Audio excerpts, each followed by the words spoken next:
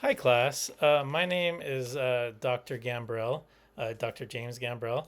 I'm still getting a feel at UNC for how you address your graduate professors. In my undergraduate, we called the professors doctor and then their surname. And then in my master's and doctorate, we tended to call our professors by their first names because they saw us as working professionals, as graduate students. I accept either. So, Dr. James Gambrell. This is my second year at UNC. Um, and I'm super excited to teach this class because I'm a nerd. I love research. I also want you to know when I graduated high school, I could barely write a paragraph. I started as a chemistry pre med major to avoid having to read and write a bunch.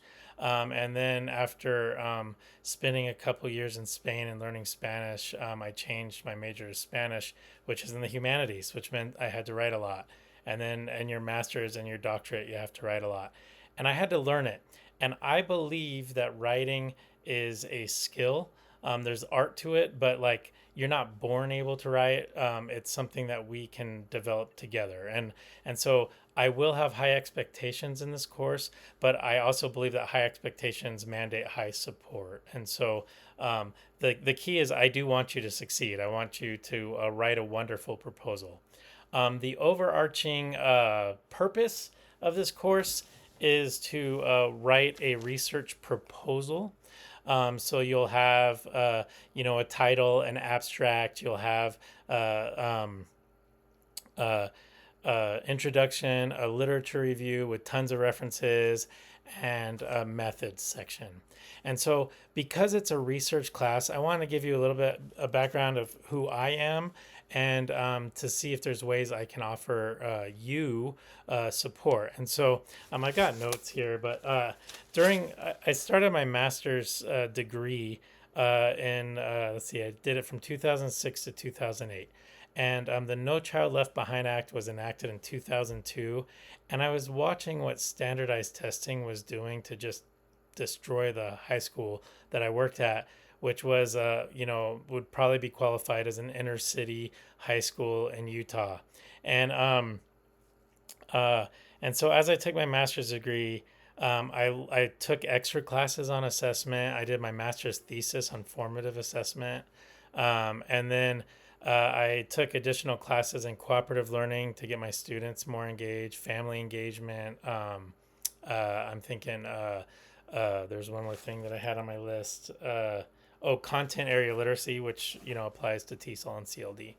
Um, and then we moved to Oregon for work, and I did my doctorate at Portland State University. And there, I had gone to a conference, and one of the speakers spoke about the school to prison pipeline. And I recognized and realized that my high school that I grew up in Florida, which people would call an inner city high school, which I hate that term, um, was primarily black, like 65 to 70% black and Afro Latino, like Afro Caribbean. Um, and uh, and I realized how my high school was designed and set up and looked like symbolically like a jail. Like we had 8 foot high fences around with the serpentine wire. There was a guard at the gate that kept you both in school and was there symbolically to keep the community out, to like say that the community was dangerous. Um, and I became super excited, or passionate would probably be a better word, about critical multicultural education, critical race theory, Latino critical race theory, decolonizing education. I'm trying to think of some of the other ones that I studied. Um, and I started while I was doing my dissertation, I started working with students in the bilingual teacher pathway program, and I am bilingual in Spanish and English. I can get by in Catalan and Portuguese, but those two languages I wouldn't consider myself literate in. Like I can read them, but I don't think I could write them successfully. But I do publish in Spanish and present at conferences in Spanish, as well as English, of course, because we're in the United States. And so uh, I got excited about those. I started working with Bilingual Teacher Pathway Program, which was a program designed to help bilingual paraprofessionals become licensed teachers. And I loved it. Oh my gosh, I loved it. And I probably would have stayed there my whole life, except I had what was considered a non tenure track job, which meant every single year I'm like, do I have a job next year? And that was a little scary for my family. And so I started a nationwide job search in the field of TESOL and bilingual ed. There are probably 15 to 20 professor openings per year that are tenure track, not a ton.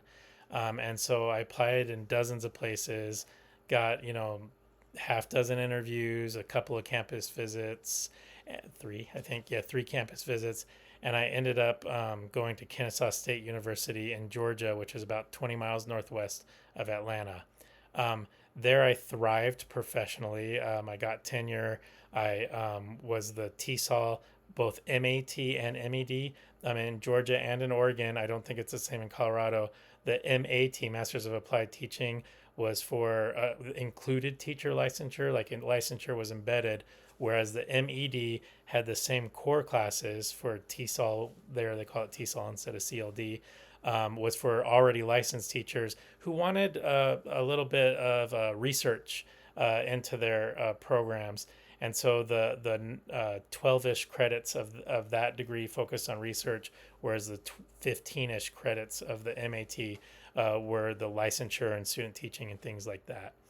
There, I got a big grant to work with paraprofessionals. $130,000. We paid for all the entrance fees and first semester tuition for 54 parapros. And they came into either special education or TESOL master's degrees. And that was exciting to see those programs grow and thrive.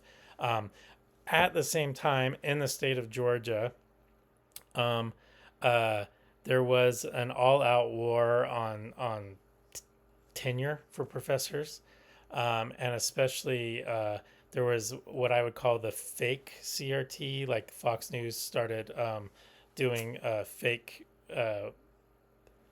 like they mentioned it something like 90 times in 30 days or something like that, or it was 900. I don't remember. It was in 2021. And they were trying to eradicate that. And some of my scholarship, as a discussion in a minute, does use lat crit and CRT. And so I was a little scared. But I started looking for jobs, and a friend at CU Boulder, who's kind of been a scholar mentor to me, like I hope to be to y'all. And I do use y'all, even though, like, I know that it's not common here, but I like the non-gendered. It's not you guys, So you'll hear me using y'all in videos from time to time. Um, I she said, "Hey, there's this job at Northern Colorado. They're a Hispanic serving institution." And I loved the racial diversity of the Southeast. That's where I grew up in Florida. I thrived with that, but there weren't a lot of opportunities professionally for me to work and engage in Spanish.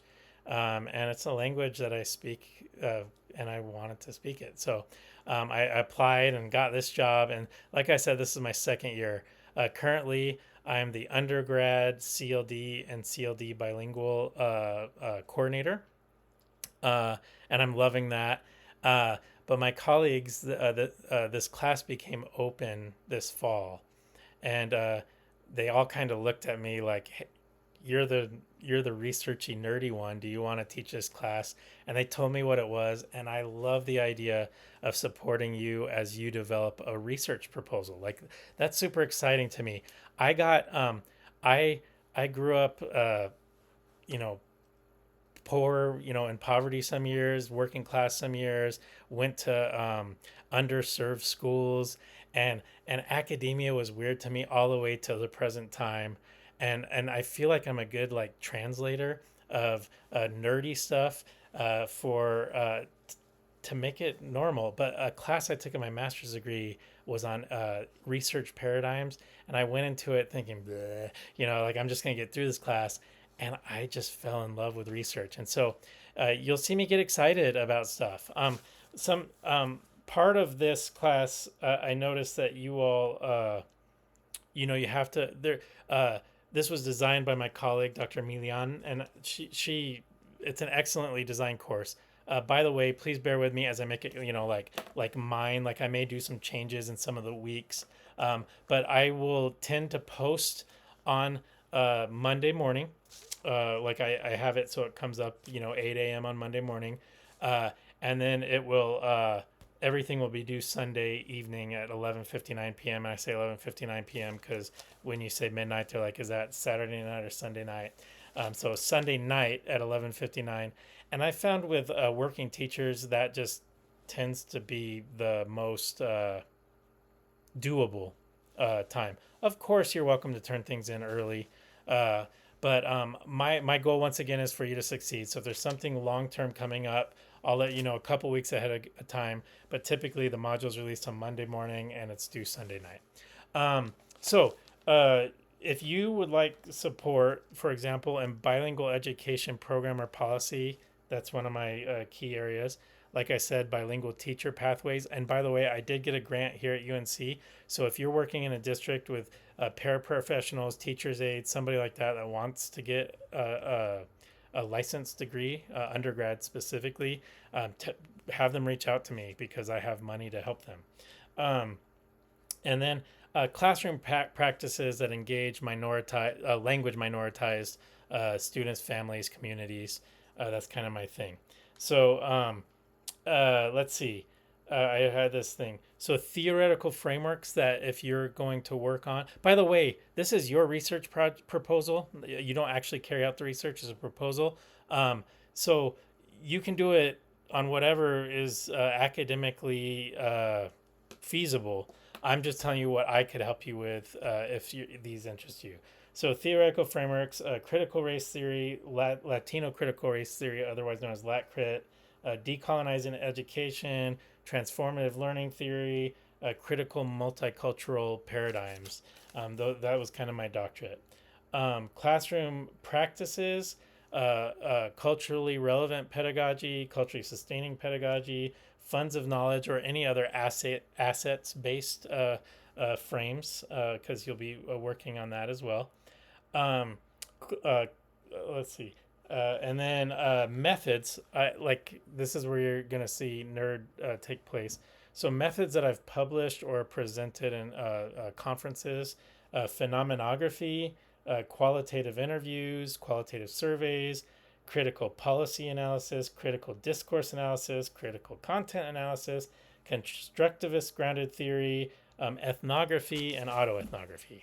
And so I see that my predecessor has a lot of stuff on action research, which I would say is not a strong area of mine. And so that's in this week's module. If there are any of those areas that specifically you're excited about, let me know and I'll share a publication with you. I have the PDFs of all my pubs. And I'm excited to work with you. That's what I want you to know. Like, this is way too long already, but I'm excited and can't wait to work with you. I'm also going to do a little video just to introduce week one, and probably will do a little 3 to 5 minute video each week to just kind of show what the week is about. So this is to get to know me, and then there'll be a video about week one.